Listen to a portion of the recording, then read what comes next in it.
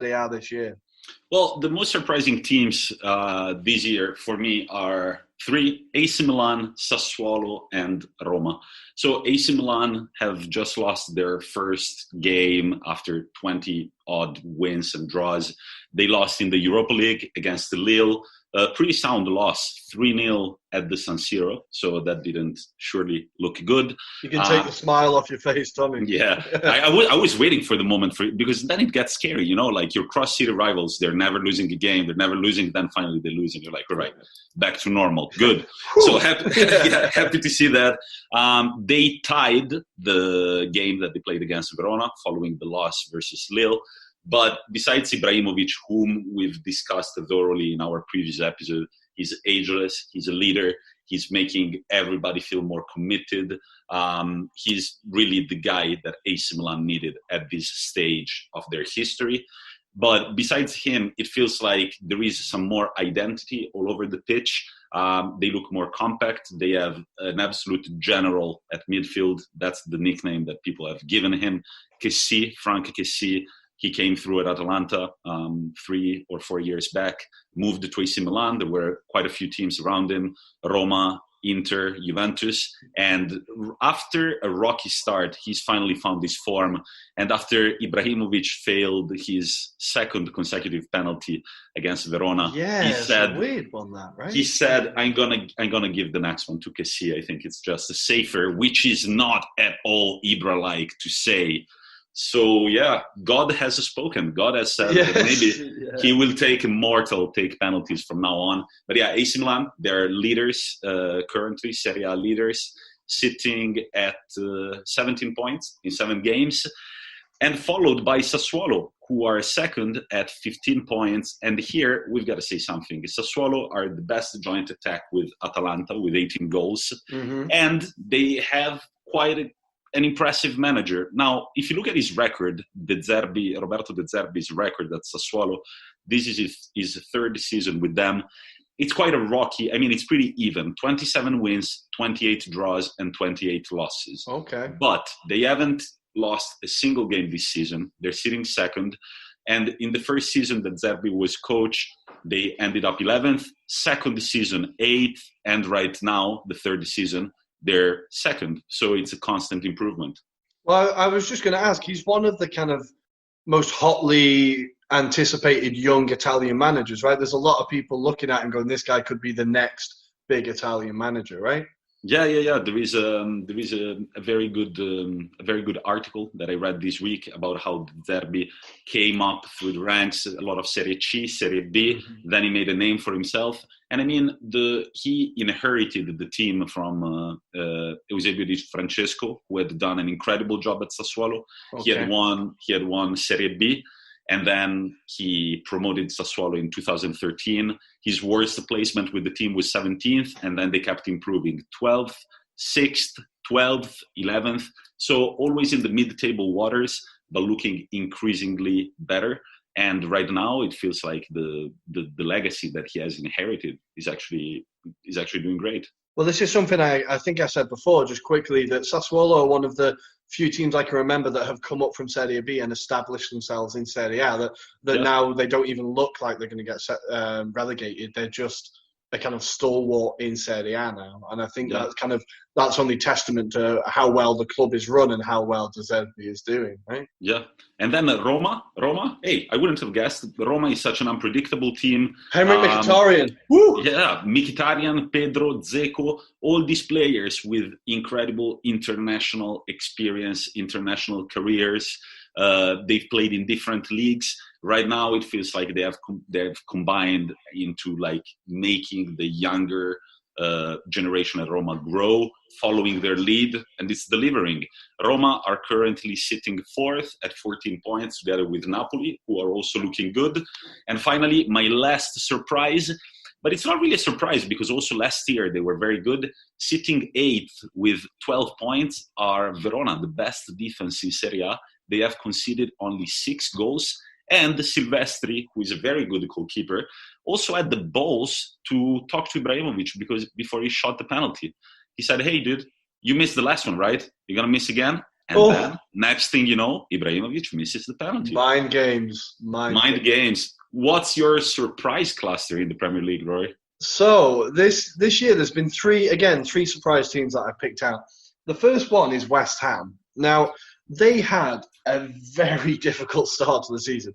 I remember talking to Tom before the season began, and he said, I don't expect us to get any points before November, right? He said, they have so far played Liverpool away, City at home, Tottenham away, Leicester away, Wolves at home, and Arsenal away, right? And they've only played 8 games. That is an incredibly hard run. But they find themselves in 12th place with 11 points.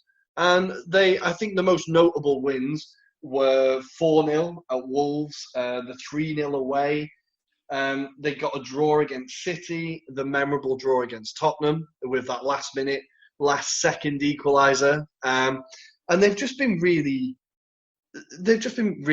good. Like, their midfield looks great with Souček and Declan Rice. They've got 2 midfielders there that are able to win the ball, defend, and get forward.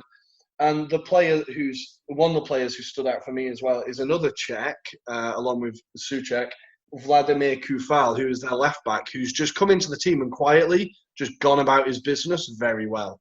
The problem now for West Ham is that Antonio is injured for a while. So they need Haller to kind of step up. He came in for a big amount of money from Frankfurt and has been massively disappointing.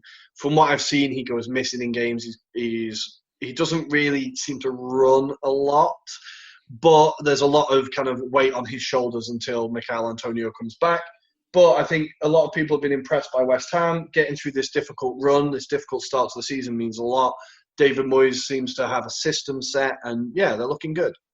And also, if we look at the previous seasons, it looks like usually both in the Premier League and in Serie A, maybe a bit more in the Premier League, the relegation margin, we could say it's 40 points, about 40 points. Yes. So you can imagine for a team like West Ham, who are fighting for relegation, already collecting 11 points in 8 games at the beginning of the season, once again talking about that booty that you just sit there, you know that you have those 11 points, it makes the job much, much easier. So well done, Hammers. Yeah, exactly. If you're David Moyes or you're Chris Wilder, looking back now, David Moyes feels a lot more comfortable with West Ham than Chris Wilder does at Sheffield United. Just seeing those points on the table makes so much difference. You can go, boys, I can't imagine how terrible it is now going into an international break and seeing 1 point on the table. But anyway, I don't want to shit on Sheffield United too much. But anyway, yeah, West Ham, very impressive. The next team is Southampton. So, Ralph Hasenhüttl, I think I said that right. Everything Southampton do now is in relation to when they lost 9-0 to Leicester at home last season. I'm sure Southampton fans are sick to death of hearing about it and are sick to death of hearing people apologise for bringing it up, but I'm going to apologise for bringing it up. But since they lost 9-0 to Leicester last year at home, they have now won 16 of their 34 Premier League games, collecting 54 points from a possible 102. Now, at the time, I thought, like a lot of people, I thought the Southampton board would overreact. They would sack him and move into this cycle of clubs that just, sack a manager, doesn't do well enough, sack a manager, doesn't do well enough. But they stuck with him. He's got a clear system. He was called, the Alpine Klopp. He's like the Austrian version of Klopp. He loves playing possession football. They're ranked 4th in average possession in the table, which is where they find themselves in the actual table. They're currently 4th. And their main players are Danny Ings, the striker, who is kind of an England regular now. But he got injured, and they bought a striker from the Championship last year called Shea Adams. Now, he had a very slow start last season, looked a bit out of his depth. But this season so far, he's got 3 goals and 2 assists in 8 games, and he seems to be kind of stepping into the place that Ings has left empty. Then at the back, they have Jan Vestergaard, who just looks like a man mountain at the moment. He's not letting anything past. And I think they've just, again, been a bit of a surprise. They're enjoyable to watch. Theo Walcott's back there. He's got a few assists. Back at his hometown club, it just seems like a good place to be at the moment. So Southampton, very impressed. And then finally, I talked about them at the beginning of the pod, Aston Villa. So, despite the fact that Arsenal did make them look incredible, they were also very, very good. I think last week or maybe a few weeks ago, I tipped them for Europa League qualification. And I'm going to kind of almost pat myself on the back with that and say they look like a team that are ready to, again, it's a team that survived by 1 point last year. And they've brought in a few players and now they just look so steady. So up front they have Ollie Watkins, who they bought from Brentford, already has 6 goals and an assist already. That includes a hat-trick against Liverpool and 2 against Arsenal, right? So he loves a big game. And then behind him, they have Jack Grealish, Barkley, and Trezeguet, not that one, who between them have 6 goals and 7 assists. So that front 4 are working very well together. John McGinn was great last year. He was great in the Championship, and he's continuing it through this season. And then their defence is, they brought in Matty Cash from Nottingham, who's just, again, coming to the Premier League, just looks so comfortable. And I really hate to say it, but Martinez wasn't even troubled on Monday. He could have slept and it would have been fine. So, Rory, as you very well know, you know that I'm a bit of a goalkeeper geek. And I don't know, I just really like when I discover a new good goalkeeper, and I have to thank you for making me discover Martinez last year, because I didn't really know, and I went looking at his career the other day, man, a series of very tough spells at lower league teams. Yeah, like Reading and and this guy is 28 years old, 28 years old, and I watched actually an interview on his Instagram page the other day when he bid farewell to Arsenal, and he said he kept mentioning that his time at Arsenal was not easy for him, because you're like, the position of the goalkeeper is different from all the other positions.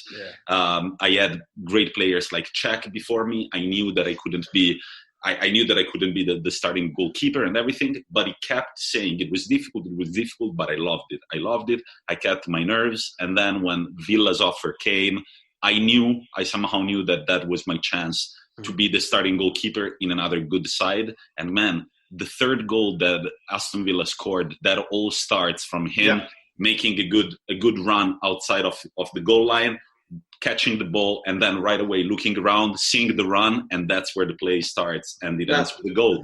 This is the thing I like about Martinez, and I'm not going to be the Arsenal. There's a lot of Arsenal fans on Twitter who are arguing that we sold the wrong keeper. Look, I still like Leno. I think he's a very good keeper. I think he's arguably top 5 keepers in the league. But what I liked about Martinez, is he catches the ball.